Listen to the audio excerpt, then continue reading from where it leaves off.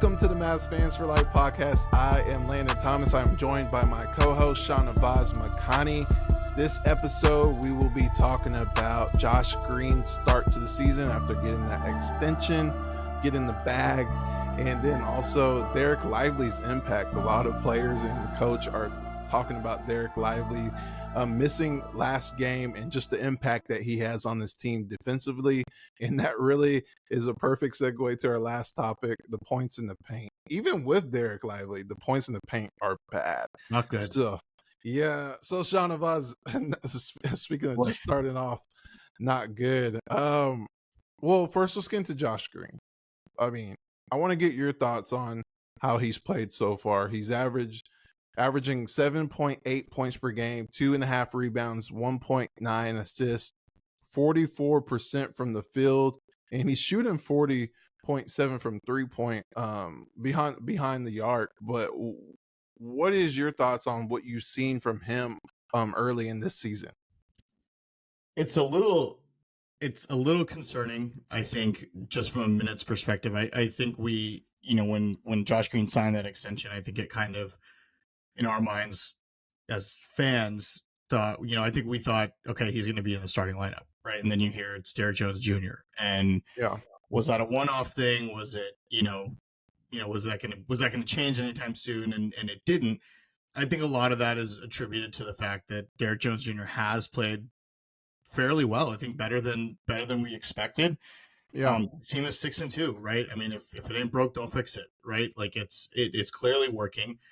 Obviously Josh Green started, when Kyrie was out, and the last few games, he's kind of seen his minutes kind of fluctuate a little bit here and there. But I look at, the two big games that stood up for me, I mean, the Grizzlies and the Nuggets, right? Two two playoff teams from last year. You kind of want to, that's kind of your measuring stick, right? Is how do the Mavericks play against, these playoff teams, playoff contending teams that we think are going to be there at the end of the season. And those are two of his best games of the year, right? I mean, he scored 12 against the Grizzlies. He scored 13 against the Nuggets, shot the ball pretty well. I think we've seen a little bit more of the confidence from him that was lacking last year. We've seen him take those corner threes. We've seen him take a bunch, shots when he's getting the ball from passes from Luka and Kyrie, which is definitely encouraging. I just think right now, I mean, I don't know how you make a shift in the starting lineup if Dereck Jones Jr. keeps playing the way he has. I think he gives you a little bit more length. He's obviously a veteran. We know Jason Kidd loves his veterans. And I think Josh Green in that second unit, running with Tim Hardaway Jr., with one of Luka and Kyrie on the floor. And I think I think Tim Hardaway Jr.'s start to the season also has a lot to do with it, right? Because that's taking away some of the offense from Josh Green. Hardaway, the way he's been playing, I mean, he's taking a bunch of shots off the bench, and rightfully so. If he's going to keep being this hot, I mean, he definitely should. So it's still early, but, it's a little concerning just with the fact that he's not starting, that he's not playing, kind of the minutes that we thought he was. But there's also, there's definitely encouraging signs when you really look into how he's been playing these last 8 games. I think he should be playing better.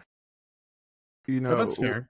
When you get that bag and everyone had him as the starting wing coming into the season, and like you mentioned, when Kidd threw that wrench into everybody's imaginary starting lineup with Dereck Jones Jr., that's initially when I started to think about just the off season, the training camp, and the preseason, and just where Josh Green is at as a player. I mean, obviously the Mavericks love him. They gave him the extension, and they're kind of banking on his potential and the flashes you've seen.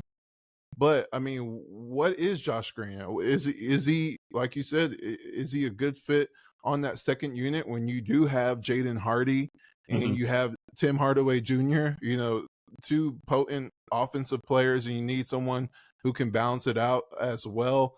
I mean, obviously, Doncic and Irving are going to be the main primary, ball handlers on the floor, but still you have to think about, why isn't Josh Green taking that start over Dereck Jones Jr.? But like you said, when the games play out, you kind of see why. I mean, Derrick Jones Jr. honestly is just a better player.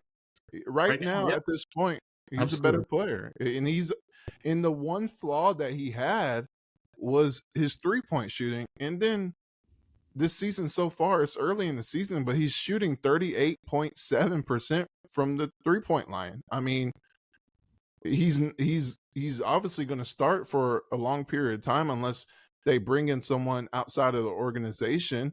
But it's very concerning to me, not long term, but just right now, that he hasn't played up to the expectations of, just the outside perspective. Maybe he's playing to the expectations of Jason Kidd. He's Mhm. playing good defense. He's shooting the ball beyond the arc really well, 40%, but he's not aggressive and he's not consistent. And those are the two Yeah, things that he tried to work on in the offseason. yeah. I think the consistency is a big piece of this, right? I think, and that's why Jason Kidd loves his veterans. Is when you've Yeah. got a team that's going to vie for a championship, you need that consistency, right? You need players, or what you're going to get on a nightly basis. Derrick Jones Jr., you're going to get 8 to 12 points, and hey, it may be a Chicago game where he goes off for 17 or he goes off for 22, or there's going to Yeah. be spurts there where he's playing out of his mind. He But with really Josh, kicks off the game. Those alley oops and just, yeah, it those adds big more time to it. shots. Yeah. Exactly. And I think Josh Green, I think the biggest test is going to be, you know, if something happens to Derrick Jones Jr., when he's out for a game, if it's an injury, and if he gets that start, is he going to make the most of his opportunity? Because now he's in a situation where he's got to change Jason Kidd's mind, right? Like this is on Josh Green now. This was, Yeah. we said it before the season started that we thought the best lineup would be with Josh Green at the 3. Yeah. And Kidd came out and played Derrick Jones Jr. Maybe there's a reason why, right? Maybe he saw something in training camp. Just the way that he fits with the starting unit, fits a little bit better with the way that this team plays. We do get And off he's to, bigger. he's bigger. This team does get off to slow starts, especially defensively. So maybe having Derrick Jones Jr. in there, maybe that's part of it. I mean, I don't know. I just think Josh Green's going to have to, when the time comes, he's going to have to seize that opportunity and change the mind of Jason Kidd and say, you know what, look, I deserve, yeah, I got the back, but I deserve to be, to be in the starting unit, or at least getting more minutes than the 20 he's averaging now. Yeah, and I guess the important thing when you really look at it, he's closing games. So Yeah. that's really the important lineup. But you want to see throughout the game consistency line at which he plays at all times. It's just when you see the progression and you see the potential that he has, and he finally gets financial security that he's going to be here long term, unless something happens. But just contract wise, he's going to be here long term, and you know you, you expect him to make that jump and that leap, even in the minutes that he does play, even in the second unit. You expect him to be aggressive, but you could say maybe Hardaway's taking his shots. You can say maybe Hardy's taking his shots, but guess what? They're taking the shots. Yeah. And that's what it is, just being aggressive offensively and keep doing what you're doing defensively, because the defense is good, but you don't want to come to a point in the playoffs or just where this team is at long term in the second half of the season or the playoffs, or if there's a trade and you're still on the team, you don't want to come to a point where your minutes get even lower. Yeah. So that's the thing that I'm looking for. I want to see him progress after he gets paid. I don't want to see what we're seeing with Maxi Kleba is he's injury prone, but at the same time when he's playing, it's not to the level that we see, and he's on the books for a few more years. Yeah. And the Maxi thing is just, it sucks because I think he's universally revered around Dallas. I think people love Maxi Kleba, and Yeah.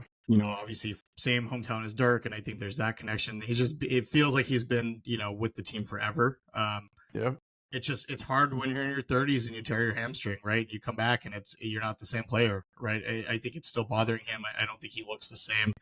He's obviously lost a step defensively, and the shots just aren't falling for him either. So that's a whole other concern for the Mavericks. But hey, look, they're 6-2, right? So I mean, whatever's whatever's happening, whatever's going on is working, at least for the time being, right? So it's to your point. It's going to be interesting to see how it kind of pans out. And I think Josh Green's just got to take his opportunities, right? When he gets them, be Yep. aggressive, even if it's on the second unit. Just do what you can to put that in the mind of Jason Kidd that I belong, on this team. To your point, when trade season comes around, like I got to be one of those guys that I don't want to get moved, and I got to prove my Yeah. worth. Yeah, because when you look at it, I mean, 2 years ago is when he really started playing, Mhm. and that was Jason Kidd's first year. He gave Josh Green a shot, and Josh Green really capitalized on his opportunity, but he didn't have expectations. Right. So we were just we were watching him play, and we're like, okay, this kid really has something here. If he has the potential to be a really he has the potential to solidify his spot in the rotation. But then playoffs came and he didn't play. Right. So then last year, he even took another step in his 3-point shooting and his cutting and his defense, and you really showed growth in his game. Across the board, it increased a little bit. Like you saw Dorian Finney-Smith in his years, it increases every across the board every year. But at the same time, they didn't make playoffs, so they weren't playing in meaningful games. So now this year you have expectations. You get the contract, and then the team starts really good. So it's very intriguing to want to see him do good, but at the same time, where's his minutes going to be down the clutch in the second half or in the playoffs? Because you can't just be a 3 and D guy, because Derek Jones is doing that really well. Mhm. So when you're in the playoffs and all the starters minutes go up, big time, it, that's where I'm very focused on to see where how he progresses over the year to get to that point. Yeah, So and we mentioned, I think it was the last pod or even the one before that. This team has a lot of guards, right? And there's not a yeah, lot of minutes to be shared off the bench. And we talked about, well, when is Jaden Hardy going to get a shot? He did, and he's capitalized on it, right? And so now you're seeing him in the rotation more. You're seeing him play more off the bench and taking minutes away from Seth Curry and taking minutes away from yeah, Dante Exum. Josh Green's got to do the same thing, right? Because could be any moment that Jason Kidd decides, you know what, I'm going to reduce Josh Green's minutes in half and give some to Seth or give some to Dante Exum, or a situation like that. He's got to seize that opportunity, much like Jaden Hardy did. that's a very good point, because obviously Dante is playing a little bit. Seth is getting DMPs, like you just mentioned, because of Hardy taking an opportunity. Uh, you know, Josh Green, he really has to take his game to a level where he makes kids say, "Hey, I don't. Not only I don't need to play Seth, but I don't need to play Dante. Yep. I got Josh Green. Like, he provides defense. He provides pushing the pace. He provides 3-point shooting. What I'm looking for. So you want to see him get more minutes. You want to see him capitalize on his opportunity. You want to see him take a little minutes from Derek Jones Jr. Yep. And just where he's at in his career. And I hate to say it, but the guys picked behind him. You really want to see. I know one of your boys, Memphis, Desmond and Bain, baby. in Philadelphia. I mean, Hey, Tyrese Maxey is killing it. incredible right now. They don't even miss Harden, which we're No. going to get to at the end Yeah. of this pod, because they play tonight. He's in Yep. Dallas right now. But you want to see that leap in his career, and he's doing fine. Let me just say he's doing fine. Oh yeah, But I absolutely. think he could be better. Definitely. Okay, Yeah. Yeah. 100% agree. so we kind of talked a little bit about Maxi, and just let's just talk about the big man overall, into our second topic, which is Dereck Lively's impact.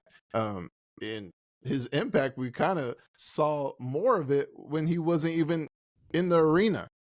Last Yeah. game, the Raptors, and we'll talk more about points in the paint in the third topic, but just with him missing, the players talked about his impact that he brings to the team. And Jason Kidd talked about his impact, say we really miss him and his presence. He's a big contribution to this team as a rookie at 19 years old, the youngest on the team or one of them, and it really boggles my mind that this rookie has so much pressure on him for this team, which is a great thing. That's what we all wanted to see. Yeah. But I what mean, is your thoughts on Lively's impact at such a young age for this season's team? yeah, he's exactly what this team needed, right? I mean, Nico said it going into the offseason that we needed to, the Mavericks needed to prioritize rebounding, paint presence, defensive efficiency in the paint. Yeah. And he provides all that. It's hard to put so much pressure, like you said, on a 19-year-old kid, right, coming out of college who played what, like 30 something college games, right, and never played more than like 21 minutes a night, like, and now Yep. he's being asked to play 30 plus minutes, in Mhm. the NBA, and we've seen. We've seen some great performances like he had against San Antonio. I would have loved to see Wemby, kind of stay in that game, not get in foul trouble, and see what Lively could do against him. But we've also seen, smart teams like Denver, like put him, really kind of put him on a pedestal, right? And like, Yeah. or make him a turnstile. Like Aaron Gordon and Nikola Jokic were having their way with him. Mhm. So and that those are the bumps in the road for a rookie, especially a big man who, really is not, doesn't is not really an outside threat, can't really shoot the ball. His goal is to be what a guy like Tyson Chandler was, or what Clint Capella is. In that kind of similar, well, what Rudy Gobert is, or what he was with Utah. Like that's kind of what Dereck Lively is, and he's a perfect fit for this team. But it just goes to show you that, did the question has to be asked of, did the Mavericks do enough to address that? Because when Mm. Lively's out and when he's missing games, if he gets into foul trouble like we've seen, like who's next man up? Dwight Powell has been unbelievable off the bench, but you throw him into that starting role and it's the same story as last year, right? We saw it against Toronto. Like it's the same issues that the Mavericks had last year with defending the paint. Maxi's not the same defender as he was. We saw a little bit of Rashawn Holmes, but Rashawn Holmes is, for a center, is still kind of undersized. So Yep. the question then, there's a reason why Dallas went after Capella in the offseason, right? That there's a reason why they were linked to DeAndre Ayton, because it's not an indictment on Dereck Lively or his talent or what he brings to the table, but he's a 19-year-old rookie who played 30 games in college. Like, this isn't a Luka situation where he's played professionally for 6 years coming Yeah. into the NBA and you can just thrust him right into the starting lineup. Like it's going to take time for Lively to kind of get acclimated to the NBA, figure out, what's a foul, what's not a foul, how do you kind of maneuver around those things. So it's tough, man. If you're, it's tough with that much pressure. And I think you're seeing what he means to this team with, when he's off the floor and what this team looks like when he's not there. Yeah. That's what it really boils down to is the position that they're in right now. It is what it is. I Yep. mean, it is that they are dependent upon you know a rookie, and that's a good thing and that's a bad thing. You just mentioned both, but it really boils down to how he can handle it. And I think that's the positive aspect that you see in his game and him as a person. He has the maturity, he has the growth, he has the mental stability to withstand having that much pressure. He even talks about it. He's open about it. Yep. He's open about learning. He's open about growing. He's open about having the pressure. He said there is no pressure. It's just go in and do his job. But at the same time, his job is on a winning team. This is not a Kessler situation in Utah. I mean, Right. this team is trying to win, and they're 6-2 right now, so they're doing a great job with him in most of those games. I mean, they're winning the games that he's playing in, but you have to think about that. You mentioned foul trouble. He that's one of his flaws right now is his foul trouble. Especially their ticky tack fouls. It's not like Yeah. they're at the rim. Like they're just ticky tack fouls that he can go straight up or learn to jump in the air with the arm straight up. He does it most of the time, but those fouls accumulate and those fouls pick together where you have to take them off, or because the games that he plays, 25 plus minutes or those close to 30 minutes, he's incredible. Oh You know, yeah, he's getting double doubles and he's getting awesome. blocks or altering shots, and but at the same time, when they go small ball and when they have Dwight Powell and Maxey playing majority of the minutes, it's not working for the team. When you have those two in limited minutes, Mhm. it's great all around, you know, for the team. But you know, when you play bigger lineups or when you go small ball, it's not working. So you do miss his impact on the court, and they just have to rely on it until they get a actual second center on the team, because they really have like 6'10", 6'9" forwards playing, you know, big man, playing the center position. And like you said, last season, you get flashbacks when Lively is out or he's in foul trouble. You really get flashbacks of how this team was last season.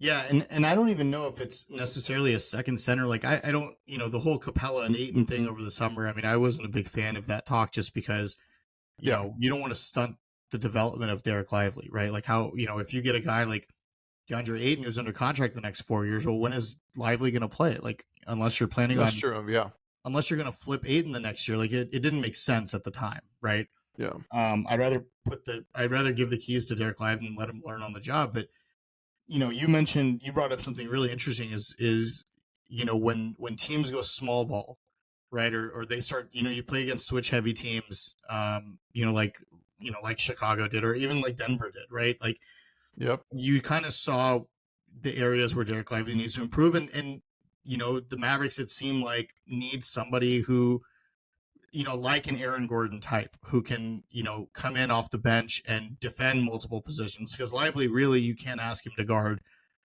a four, right, or a three. Like he'll guard against no, centers, but against more he's athletic great in centers, drop. He's yeah, great in like drop coverage, but switching is absolutely, it's tough, and that makes yeah, sense. He's a rookie. yeah, and he'll learn, right? Like 100% he'll learn, but you saw it against guys like Nikola Jokic, and that's a bad example because he's a world champion and an MVP, Yeah, right? But that's kind of that's the highest level, right? Like that's your highest level of competition. So you're going to judge against that and say, well, where are you now, and where do you need to be?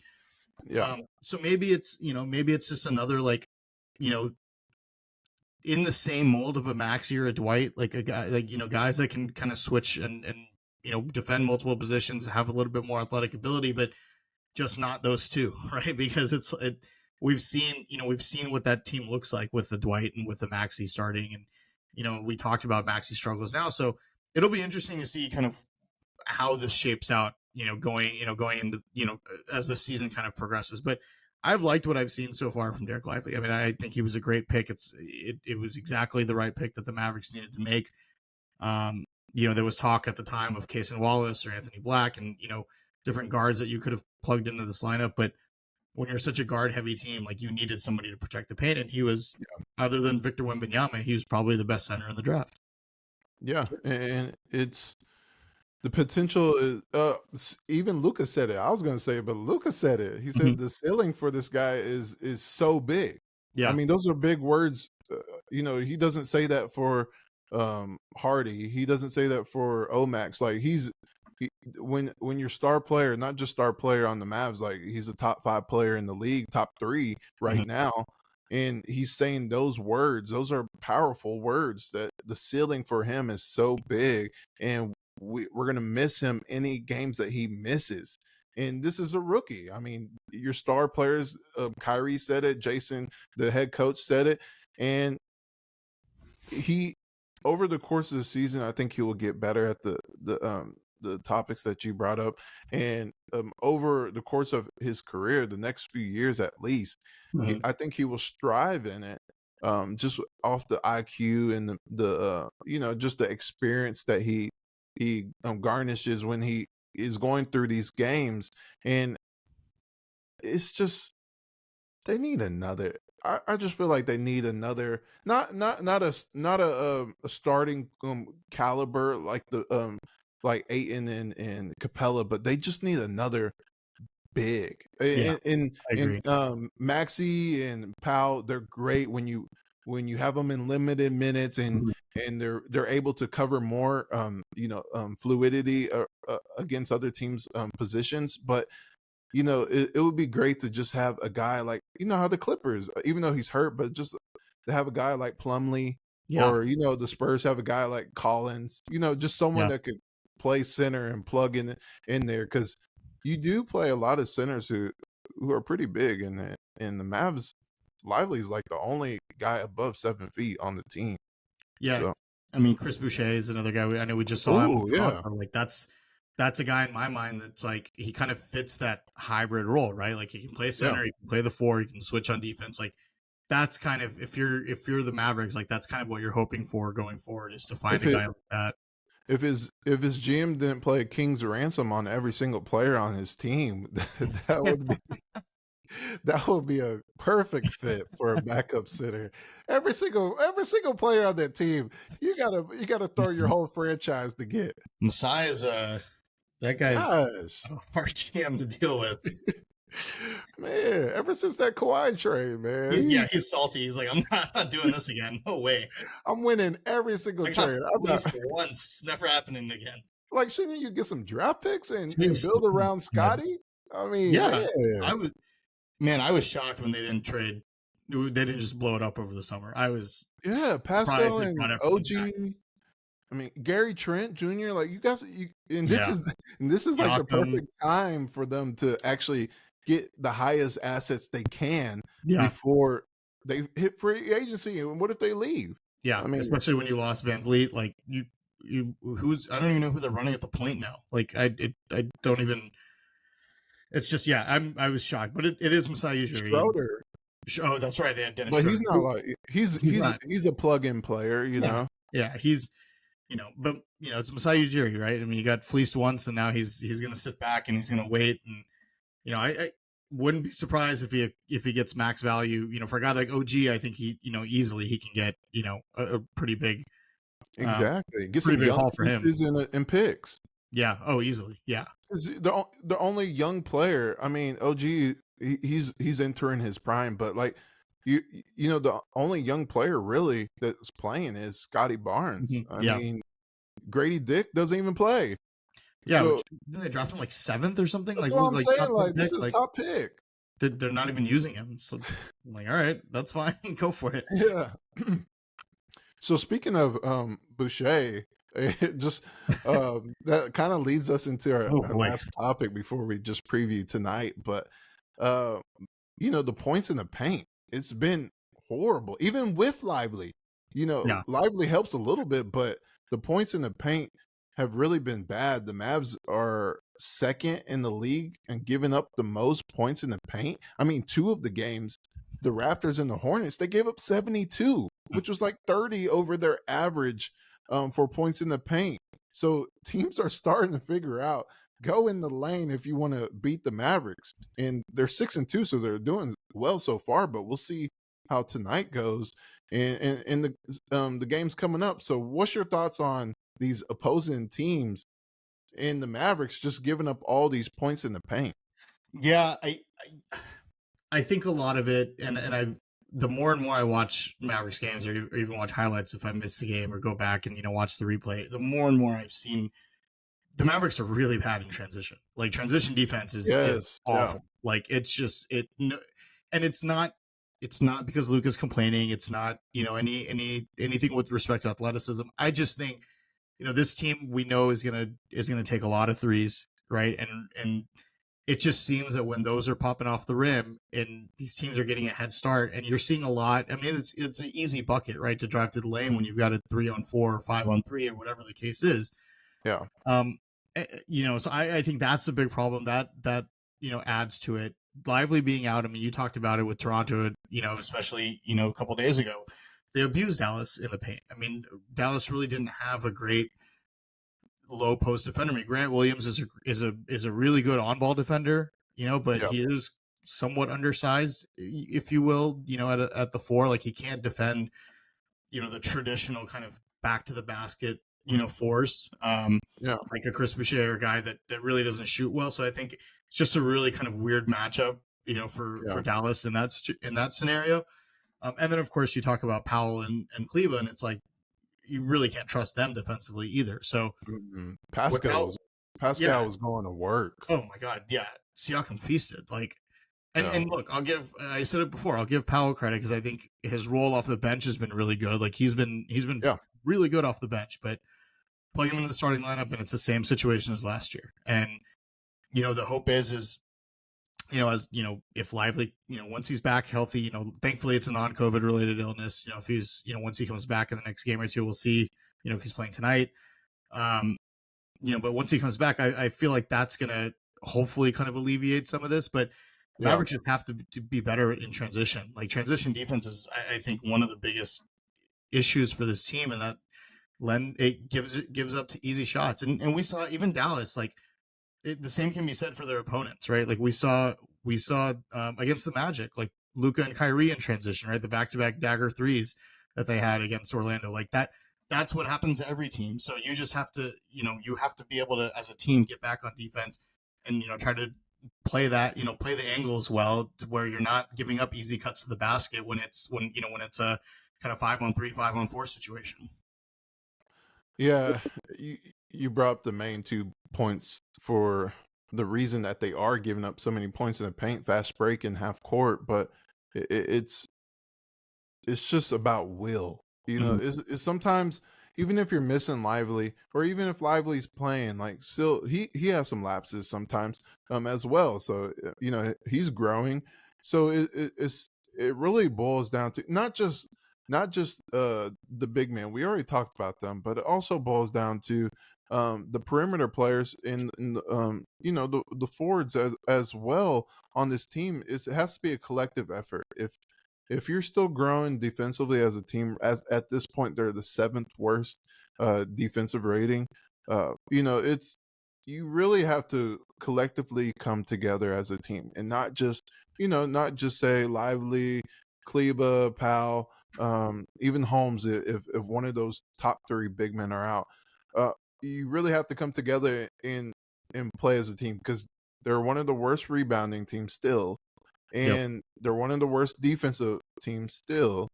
And it comes to a point where, okay, this is what we got. Because they got Grant Williams, they got Derrick Jones Jr., they got Lively. Those are all new players, and those are defensive players, Yep. and the defense is still bad.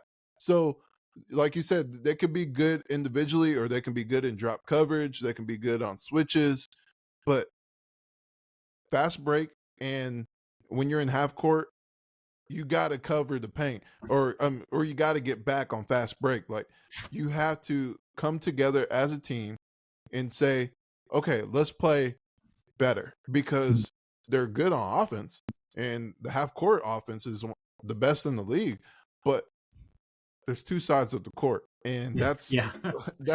that's what Jason told them in the locker room. He said we were soft in the interior and in the paint. We were soft, and Kyrie told us that. Jason Kidd said it. So he said when your head coach tells you that we're soft, you take that personally and you Yep. take that as a challenge. And I like that candidness that he Oh yeah. had, just showing us, because Kidd even said it in the post game. He said we had no one in the paint, but we didn't know it was to the magnitude of telling a team that they were soft. What did you think about that comment? For all for all the miscommunication that we talk about with Jason Kidd and the lapses in judgment that he's had over the last couple of years, I kind of like it. Hold your players Yeah, accountable, right? Like, I mean, call them if they're soft, call them soft, man. Put light a fire under them. I think that's something we haven't seen the last couple of years with Jason Kidd, right? He kind of just like shy away from it, or kind of subtly throw somebody under the bus, or not take accountability for certain things. But I like it, man. Like, get rile your players up, like get them angry, let them go out and prove that they're not soft, because he's right. Like, you can't give yeah, up that many. You can't be the 7th worst defensive team in the league and expect to have title aspirations. Like, that's just not going to work, right? Like, I yeah, think there's a stat where every title winner has finished at least like top 12 in both, right, over the yeah. last like 15 years. So Mhm. where you've got to be, right? Like, your offense is fine, right? Your offense is great. It's one of the best in the league. You just got to get that defense up. And I will say, and I'm pleasantly surprised, because I didn't think it would last. But look, the Mavericks have played, and it feels like every game has been clutch, like a clutch game, coming down to the last 4 or 5 minutes. Yeah, This team last year is probably 2-6 and not 6-2, right? Like, that's true. Yeah, I think you've seen very, very big adjustments going into halftime. You've seen a lot of adjustments in the fourth quarter. The Mavericks seem to play their best defense in the fourth quarter. Unfortunately, sometimes, they're down, significantly like they were against Denver, but they still made that a close game relatively, right? Like that, they tried to pull off the comeback at the end last week against the Nuggets, but I will say that that's been a surprise. If they can just put it all together for four quarters as opposed to just in the fourth this is quarter, this yeah, team could be pretty dangerous. But they're not gonna. You can't have title aspirations. You can't think of yourself as a contender if you're going to be that bad defensively. And they've got to be, they 100% have to be better. And otherwise, no one's going to take them seriously. Like, there's only so many games where Luka and Kyrie can bring this team back. One day a game's going to happen where they're both struggling, and then um, and Tim Hardaway struggling. Like, the offense is not going to hum the way it's been humming.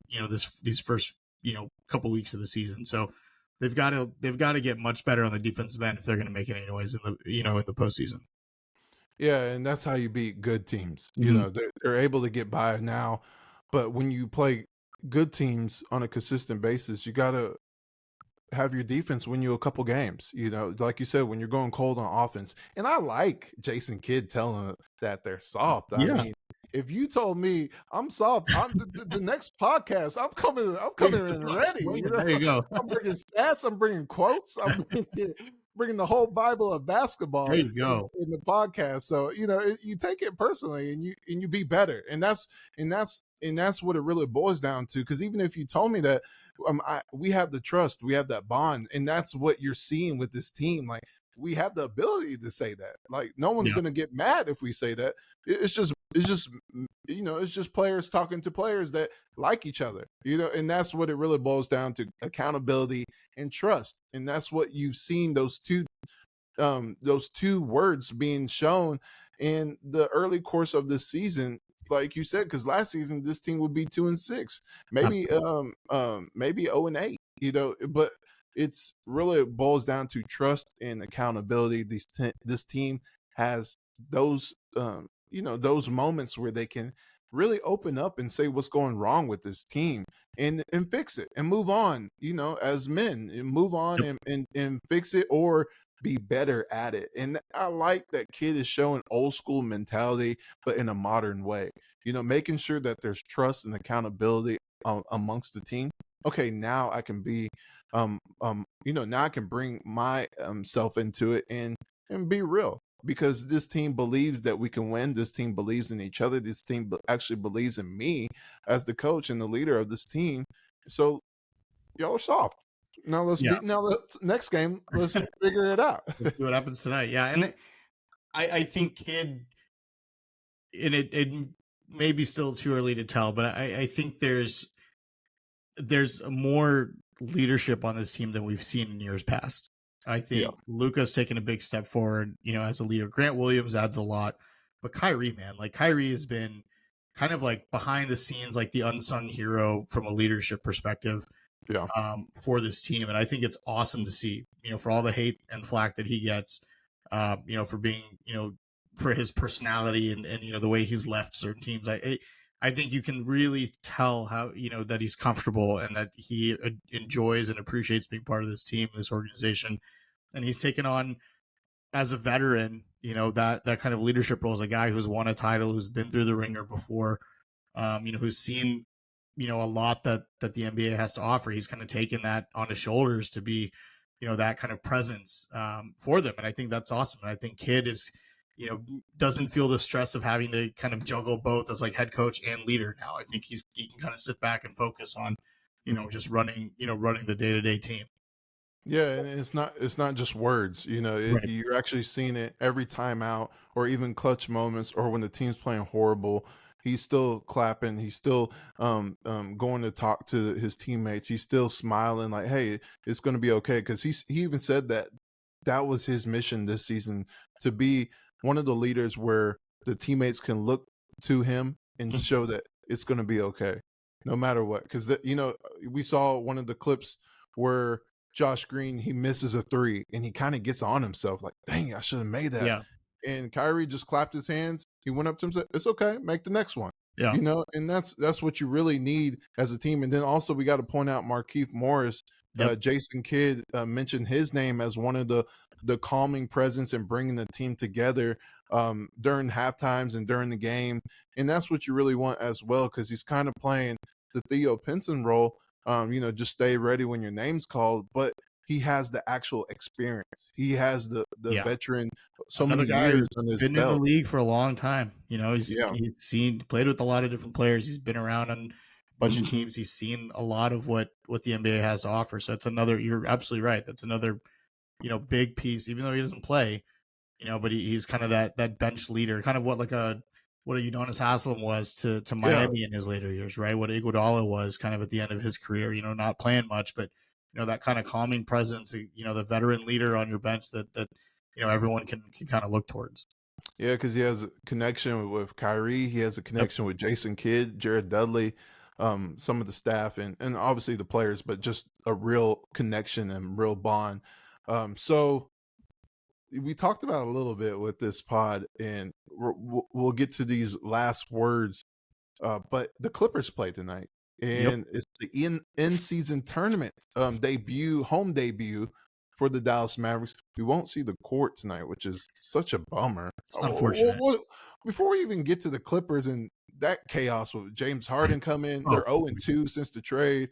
But mess.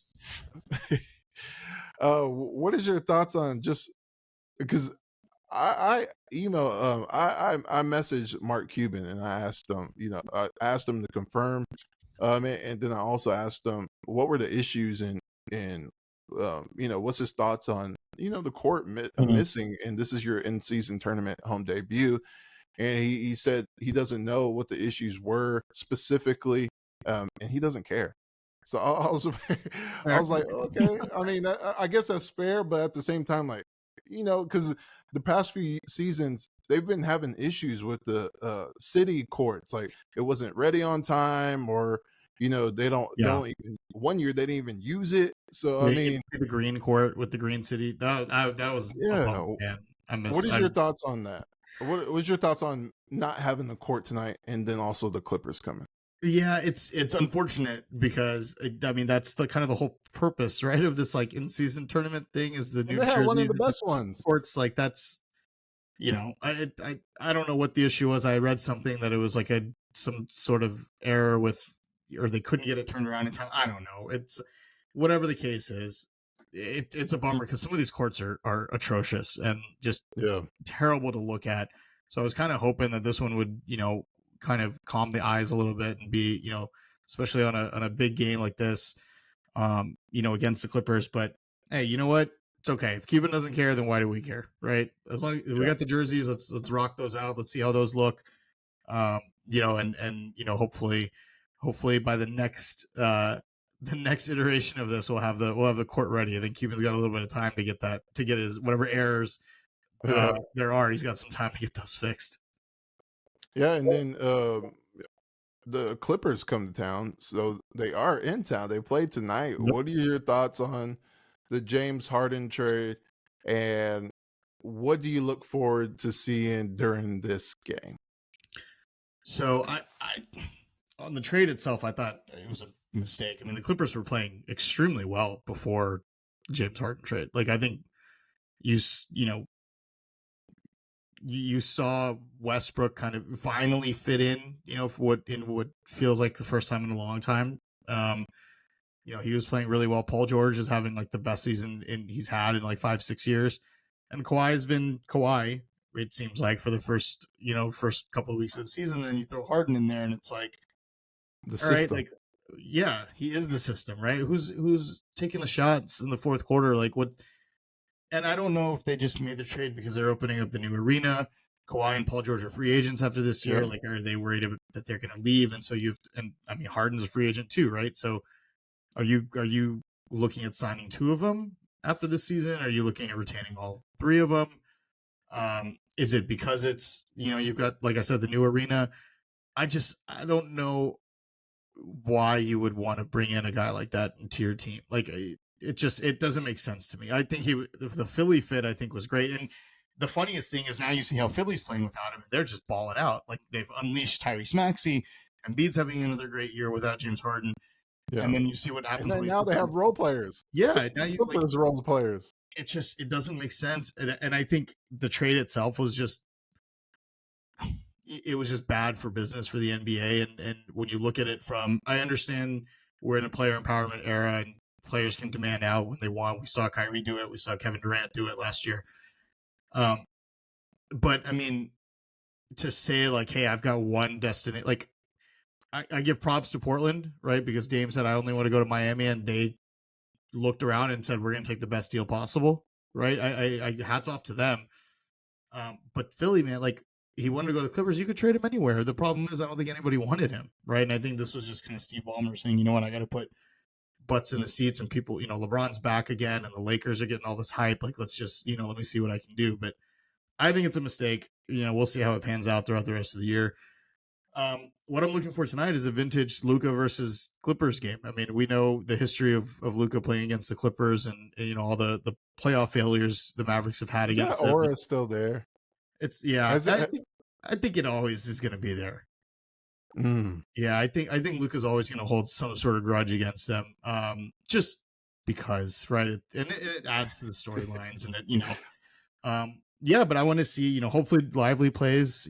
Clippers are without Mason Plumlee, so that's a big loss for them, and like in interior.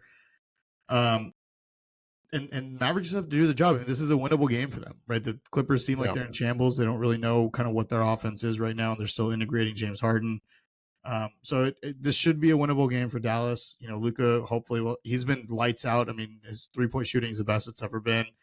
I just, I want to see a classic Luka game and get off to a good start defensively. Like this is, so if you can stop a team that's got 4 future Hall of Famers, roughly, right? I mean, I don't know if you want to put Harden up there in the Hall of Fame, but 4. Oh, he's definitely in the Hall of Fame. Probably, yeah. I mean, 4 future Hall of Famers, 4 great offensive players in in their prime.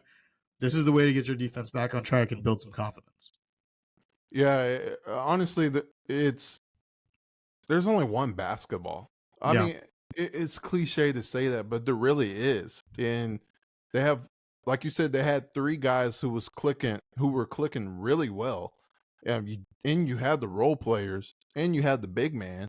Well, you had 2 at the time, but everything was rocking for you, and it kind of just throws your team off. Like we see in the first 2 games, it's going to take time, kind of like the Mavs last year. But the Mavs have 2, primary ball handlers and primary scorers, and you have 1 in THJ, but that's not the same, because the Clippers, they have 4 now who are going to need the ball, and then you got 1 off the bench in Norman Powell, and then you got another one, Bones Highland. Yeah. So, I mean, that's 5. There's 6 guys who need the ball in their hands, and their depth is shot. Like Batum was really good for them. Covington was a really good role player. Like Morris, who didn't play, but he's capable to go on a stretch of games and play.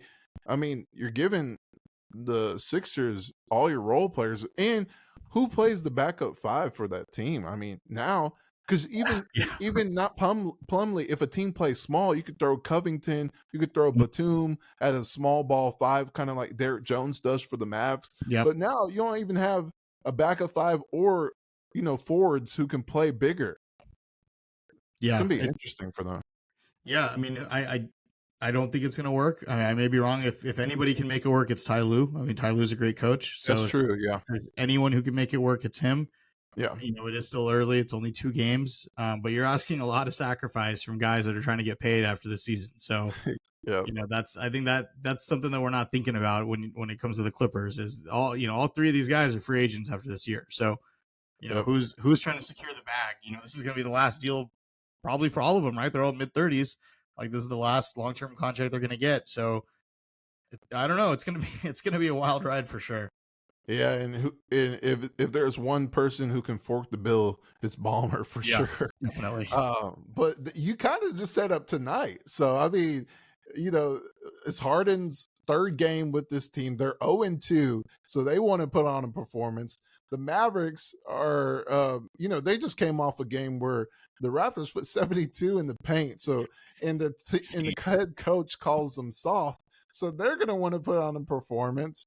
And it's an in-season tournament. So, the Mavs lost the first game. So, they're going to want to, I don't know if they really care about this tournament, but they care about winning a regular season game. Yep. So they're going to want to play hard. So it's going to be a lot going on in this game and a lot of eyes on it as well. I'm surprised it's not on a national televised program, but with the court issues, you probably don't even want it to be on national TV the way the NBA pushes this in-season tournament. Seriously. So At least we're in the New Jersey, so those will be cool. exactly. So that's the positive coming out of the podcast is the Mavericks debut, their city uniform edition, the edition uniforms and the partnership with Leon Bridges. So that's really cool, and I'm sure they'll have some sort of promotions going on, just Yeah. the videos or anything stuff like that going on in the arena and social media as well. So all right, Shahnavaz, pleasure as always, and we'll see what happens tonight. Goodbye, everyone.